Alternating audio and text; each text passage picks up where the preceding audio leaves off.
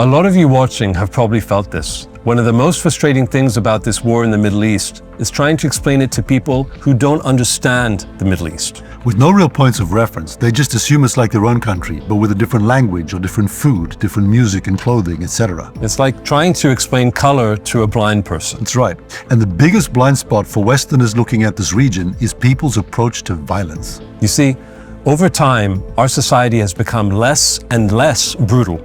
The further you go back in history, the more brutal things were.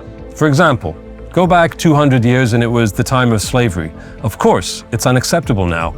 Or 330 years back to the Salem witch trials. Both men and women were hanged just on suspicion of being witches. It's unthinkable today.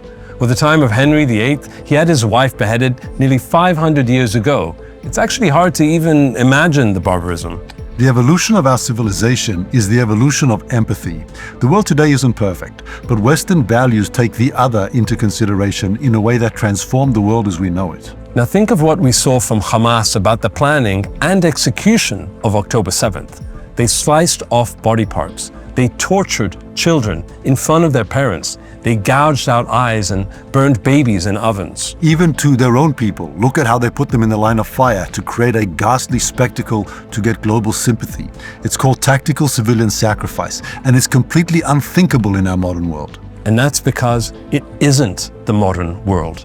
Their society is kind of where the modern world was, but thousands of years ago. By their standards, they're not evil. Their society just hasn't evolved empathically. And that's why people in the West misunderstand the reality both of Islamist groups like Hamas and the Islamist atrocities in their own countries. For example, they'll see an act of savagery, like young girls being stabbed, but they'll blame it on mental illness, because in their minds, no sane person in today's world would actually do something so savage. And they'll assume they must have been pushed to their limits because, in their minds, no one would simply do that because they enjoyed it.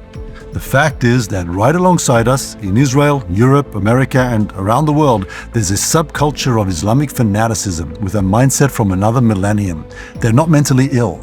They're not persecuted or oppressed. They just don't have our sense of empathy. They still believe in the glory of battle to spread their ideology like Europe's ancestors did 1,000 years ago. And what's even more dangerous is that this mentality is starting to influence Western minds. We're seeing people in the West starting to display a similar lack of empathy, and it's a reminder that civilization can go backwards, like in 1930s Germany. A civil, empathic society takes thousands of years to build, but just a handful of years to destroy. This war is not just a clash of civilizations, it's a clash of time periods, a 7th century mentality, but with 21st century technology. In Israel, we'll make peace with any country that wants it. And many of our neighbors do want it, and we have peaceful relations with them. But make no mistake, we'll defend our compassionate society from any jihadi fanatics who don't have one, and we hope you'll do the same.